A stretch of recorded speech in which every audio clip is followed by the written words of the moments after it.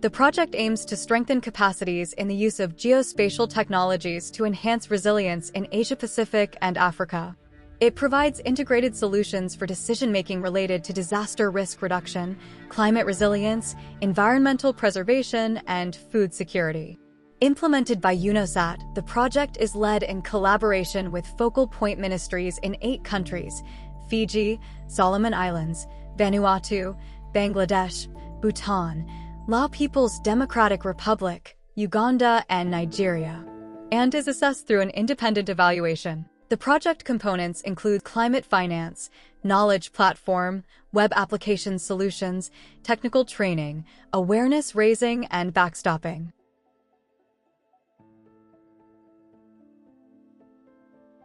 For Fiji's case, we not only saw a difference in performance, but we saw evidence-based reporting as well as using evidence in policy and decision making. We experienced this when we had disaster onset events. So we used the web-based applications, we used the modeling to really show the evidence as to where most susceptible events would happen and the most at-risk communities.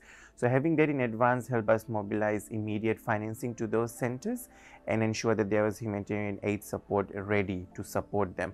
Otherwise, we wouldn't know. So the mapping and evidence was really useful to ministers to make the decision and call. Apart from that, we've developed multiple GCF and funding proposals. We got funding for one of them under the adaptation fund, and having this sort of GIS information made the funding proposal much easier to be accepted by the GCF because there was evidence.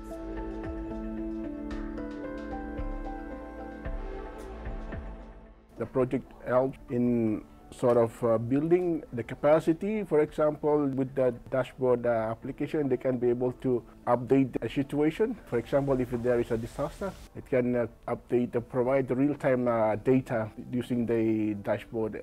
The mapping of sea level for critical infrastructure for the relocation of the National Referral Hospital. How would that impact the hospital? In terms of the cyclone responses, we had 2 tropical cyclones that just hit Vanuatu, DC Judy and DC Kevin. For example, the Public Works Department, they use the GIS mapping for the road mapping around Port Vila, so it's easy to identify the access to roads, especially after the cyclone impact.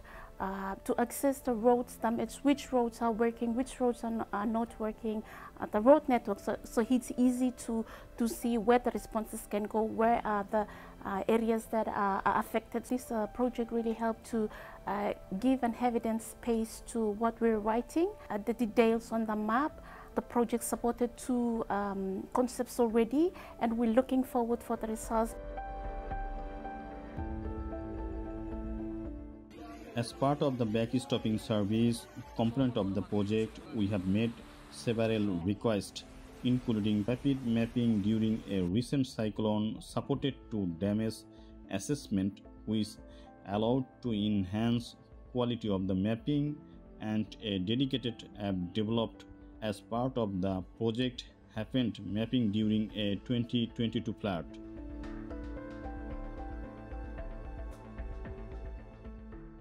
Had a very impactful across the agencies, especially in my department where we conduct lots of technical surveys and using the drone technology, and the participants who participated in this technical training has able to process the UAV images that we have captured for some projects in our country. So they are able to process those images and generate the ortho maps, digital terrain model, and do some 3D modeling. Based on this, we used both the proprietary software and also the open source software in this to produce these results, and this ultimately helps in the decision making process in the decision support systems, whereby we can disseminate the informations for the timely decisions from the highest authority.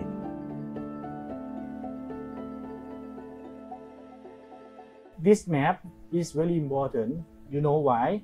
When we know the map, we see the map, we prepare for the plan, move to the people through the safety zone for the safety. After the training, the participant is understanding is the basic. And for me also, it's the first time I attend this training, the QGIS, and in the some information from the website or some data from the web. And this project for me and the training, I think is very important.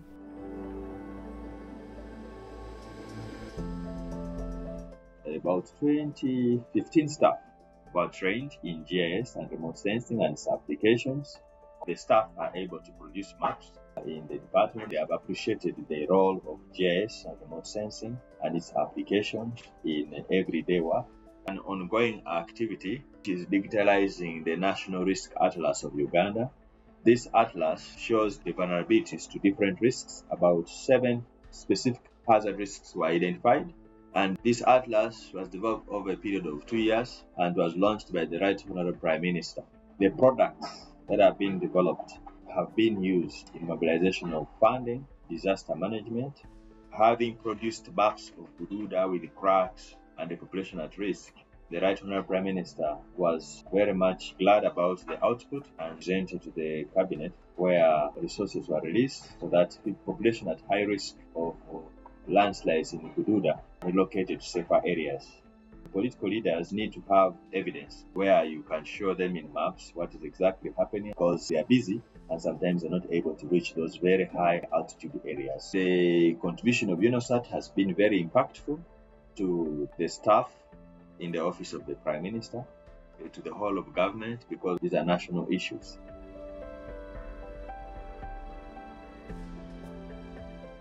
Nigeria has a problem of land degradation. And so where UNOSAT, UNITA can come in to help us map out areas where you have green, lush area and then parched land. And that will help us a lot in making plans, national policy and plans for our farmers. And we also have a problem of flooding almost every year. Help us map out the areas where to make it possible for government to plan ahead. So this model of financing using the Earth observation data is now coming alive. So we have seen successes in countries like Fiji, where they have accessed an adaptation fund proposal on a nature-based adaptation. So the Climate Finance Access Hub is working on a right shop based approach, where we are trying to use country-specific project example to build on the capacity building process around that. So it's kind of a learning by doing process, which is much more long-term and sustainable. And in terms of the institutional capacity building, so we've been part of the process that Fiji government undertook to establish the project development unit and to mainstream it into the governmental system, which is a very good example that the other member countries can definitely follow.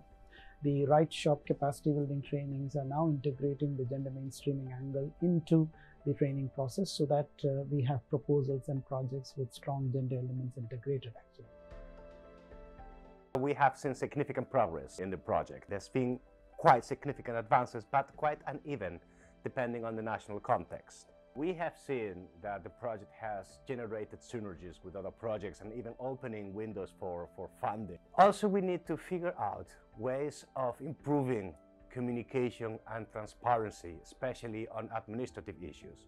Now, the project team is very engaged and appreciated by the partners, especially in technical issues. The sustainability, we heard that it's going to be a challenge to retain the acquired capacities after the project ends. The project has only 1 year to go, and they need to figure out ways of ensuring the retention of capacity, or either extending the project under this funding or with a new donor.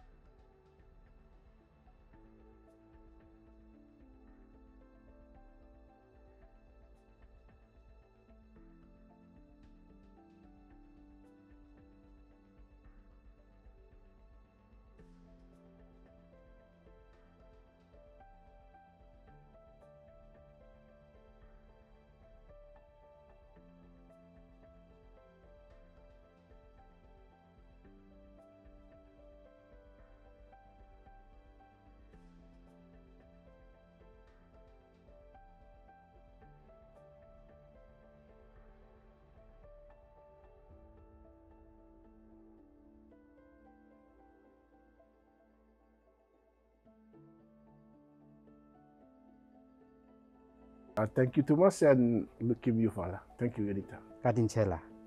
More, yes. Thank you and goodbye. Bulavinaka and Mode. Khom chai, khom chai. Tata.